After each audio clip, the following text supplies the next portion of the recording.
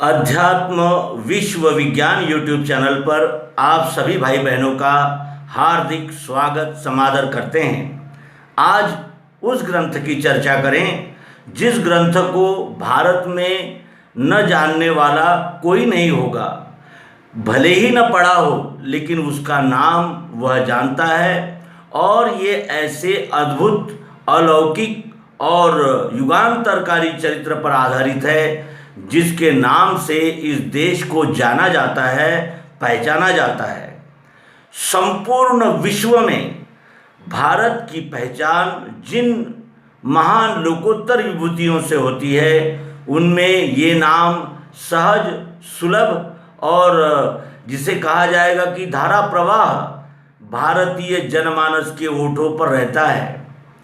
इनके विषय में अनेक प्रकार की किंवदंतियाँ और अनेक प्रकार के प्रसंग सदैव चर्चा में रहते ही हैं। ऐसे हैं भगवान श्री राम। आज श्री राम जी का भव्य मंदिर अयोध्या में बन रहा है और वो जिसका मुहूर्त निकल चुका है और एक विशाल भव्य ऐसा हमारे भारतीय तत्वज्ञान का एक ऐसा पीठ, ऐसा एक केंद्र वहाँ बनने जा रहा है कि जिस केंद्र के बनने की और पूर्णत्व में उसे देखने की अभिलाषा हर भारतीय जनमानस में है। और ये किमया क्यों हुई है? ये इसलिए हुई है कि राम का नाम कौन नहीं जानता और कौन इस राम के नाम से अनभिज्ञ है, ऐसा कोई व्यक्ति संपूर्ण भारतवर्ष में तो नहीं हो सकता। ऐसे इस श्री रामचंद्र के चरित्र का वर्णन जिस ग्रंथ में आया है वह ग्रंथ अत्यंत प्रसिद्ध और हमारे उत्तर भारत में घर घर में गाया जाने वाला ये है श्री रामचरितमानस। इसे गोस्वामी तुलसीदास जी ने रचा और ये चरित्र ग्रंथ है। लेकिन ये चरित्र ग्रंथ होते हुए भी विद्वत जनों में इसे गुरु ग्रंथ के नाम से जाना जाता है और ये गुरु ग्रंथ हमें मार्गदीप ऐसा अत्यंत विशिष्ट ऐसा ग्रंथ है। इसमें श्री रामचंद्र, सीता, लक्ष्मण, हनुमान, दशरथ, उनकी रानियाँ, उनका परिवार, भरत, शत्रुघ्न, साथ ही शबरी, निषाद, केवट, जटायु, मारीच, विभीषण और अंगद आदि अनेक चरित्रों का हमें ज्ञान देता है और उन चरित्रों की जान पहचान कराता है। इस ग्रंथ के मंगलाचरण में श्री गोस्वामी तुलसीदास जी कहते हैं वो अवश्य ही ध्यान रखने वाली बात है। और इसी बात का प्रत्यय श्री रामचंद्र जी के जीवन पर आधारित ही श्री रामचरितमानस इस ग्रंथ से हमें होती है। आइए वो पद पढ़ें। वो कहते हैं, श्री गुरु पद नख मणिगण ज्योति, सुमिरत दिव्य दृष्टि ही होती, दलन मोहतम सो सप्रकाशु, बड़े भाग उरई आवई जासु। श्री गुरु महाराज के चरण नखों की ज्योति मणियों के प्रकाश के समान है, जिसके स्मरण करते ही हृदय में दिव्य दृष्टि उत्पन्न हो जाती है। वह प्रकाश अज्ञान रूपी अंधकार का नाश करने वाला है। वह जिसके हृदय में आ जाता है उसके बड़े भाग्य है। और हम भी इसका अनुभव इन ग्रंथों के परिशीलन से और अध्ययन से लेते हैं। आइए अरण्यकांड के एक प्रसंग पे आपसे बातचीत करने का आज मानस है। और ये ऐसे प्रसंग है जो विशाल ग्रंथ में कहीं दबे छुपे रहते हैं, लेकिन इन्हीं प्रसंगों में ये सिद्ध होता है कि ये गुरु ग्रंथ है और इस ग्रंथ से हमें अध्यात्म, धर्म, न्याय, नीति के विषय में अत्युच्च प्रकार का मार्गदर्शन भी उपलब्ध होता है। एक प्रसंग है एक बार प्रभु सुखासीना, लक्ष्मण वचन कहे छलहीना। सुर नर मुनि सराचर साई, मैं पूछूं निज प्रभु की नाई। एक समय की बात है, श्री रामचंद्र सुखासीन में बैठे हुए थे और उस समय वहाँ श्री लक्ष्मण जी उनसे प्रश्न पूछते हैं और कहते हैं कि देवता, मनुष्य, मुनि और चराचर के स्वामी, हम आपसे पूछना चाहते हैं, हम आपसे कुछ पूछना चाहते हैं। तब भगवान श्री रामचंद्र कहा कि मोहि समझाई कहू सोई देवा, सब तजी कर्यो चरण रज सेवा। कहू ज्ञान विज्ञान अरु माया, कहू सो भगति करहु जेहि दाया। हे मेरे प्रिय देव, मुझे समझा कर कहिए, जिससे सब छोड़कर मैं आपके चरण रज की ही सेवा करूं। ज्ञान, वैराग्य और माया का वर्णन कीजिए और उस भक्ति को कहिए जिसके कारण आप दया करते हैं। लक्ष्मण श्री रामचंद्र जी से जिज्ञासावश पूछ रहा है कि मुझे ज्ञान, वैराग्य और माया के विषय में बताइए और भक्ति के विषय में मुझे ज्ञान दीजिए। ईश्वर जीव भेद प्रभु, सकल कहो समझाई। जाते होई चरण रति शोक, भ्रम मोह जाई। हे प्रभु, ईश्वर और जीव का भेद भी सब समझाकर कहिए, जिससे आपके चरणों में मेरी प्रीति हो और शोक, मोह तथा भ्रम नष्ट हो जाए। थोरे ही मह सब कहु बुझाई, सुनहु तात मति मन चितलाई। मयरु मोर तोर तय माया, जेहि बस कीन्हे जीवनि काया। थोड़े में ही मैं तुझे विस्तृत है जो बात, वो थोड़े में ही समझाता हूँ लक्ष्मण, और इसे तुम मति, मन और चित्त, इनको एकाग्र करके सुनो। मैं और मेरा यह सब माया है, और इन्हीं ने, यानी मैं और मेरा, ये क्या है? माया है। क्यों माया कहा? क्योंकि मैं यानी व्यष्टि अभिमान और मेरा तो ये रिश्ते, नाते, संपत्ति, पुत्र, धन, स्त्री, गृह, दारा, अनेक प्रकार के इसके मेरे और मैं और मेरा, यह सब माया है। क्योंकि ये सतत बदलने वाली है, ये स्थिर नहीं रहने से इसे माया कहते हैं। और इन्होंने ही इस जीव को बंदी बना लिया है, जेहि बस कीन्हे जीव निकाया।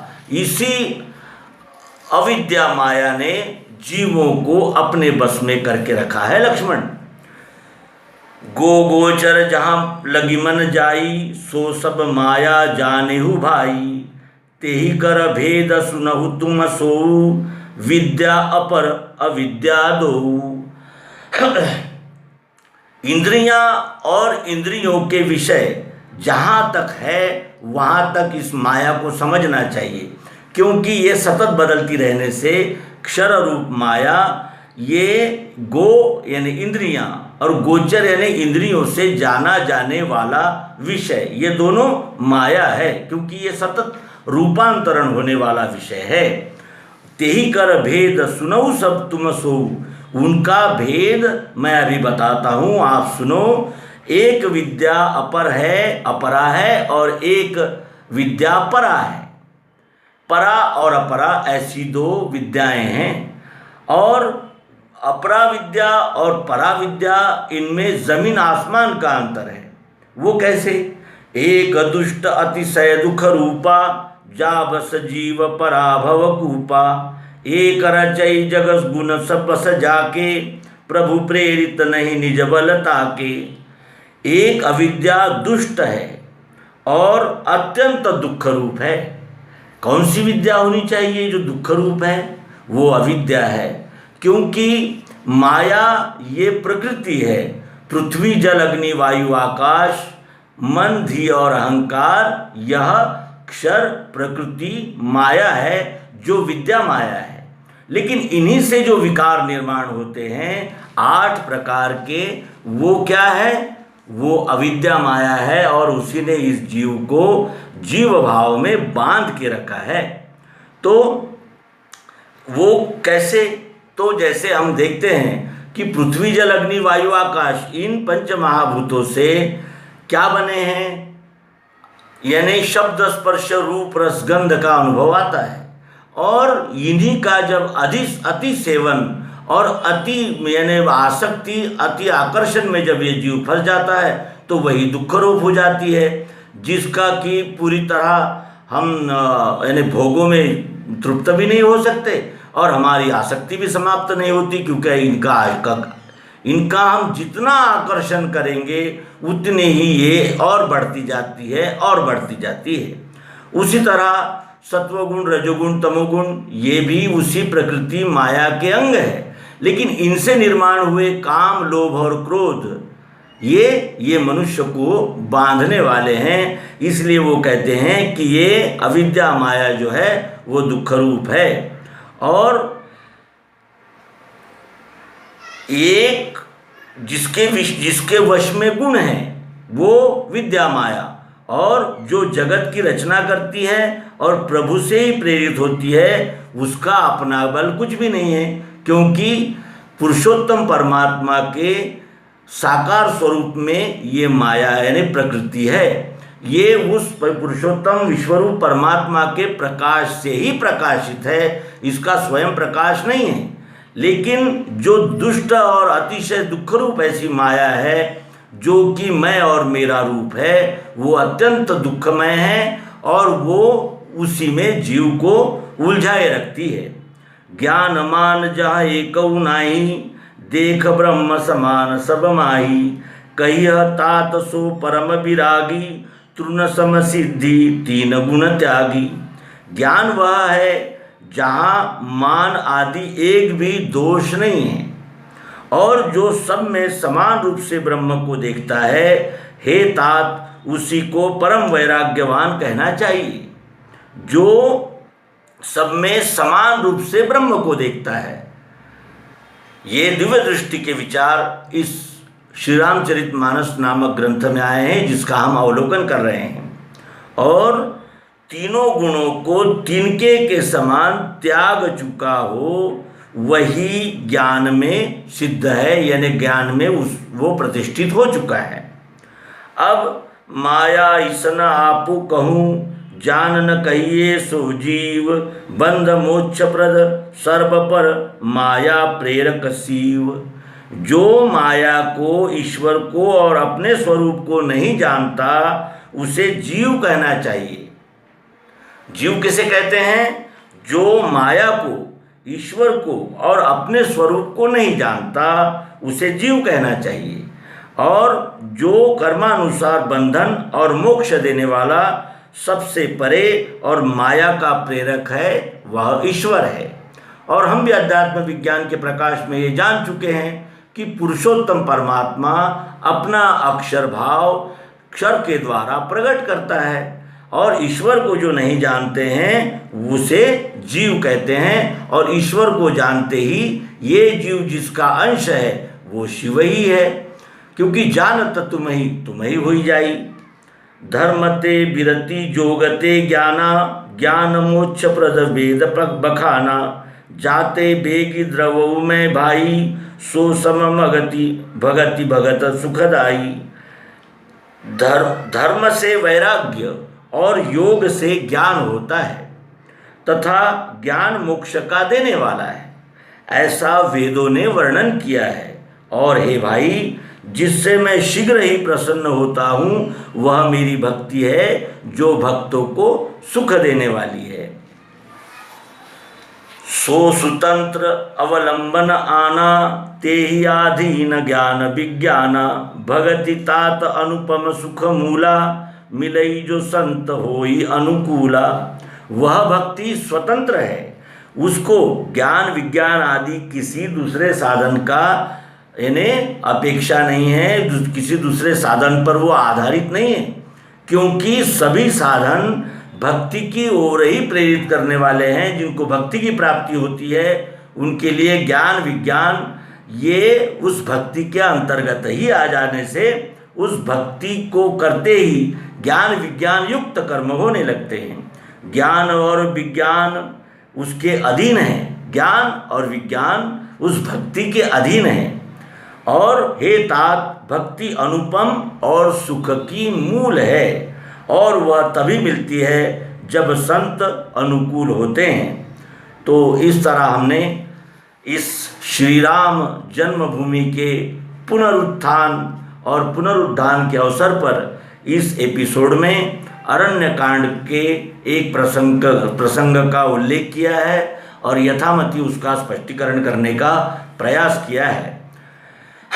इस अंक का प्रयोजन यही है कि श्री रामचंद्र जी के चरित्र के साथ साथ श्री राम चरितमानस ये ग्रंथ हमें अध्यात्म, धर्म, आस्था, नीति आदि सभी विषयों का यानी अत्यंत मौलिक ऐसा मार्गदर्शन करता है और उसी मार्गदर्शन को ध्यान में रखकर हमने श्री रामचरितमानस का पठन पाठन करना चाहिए।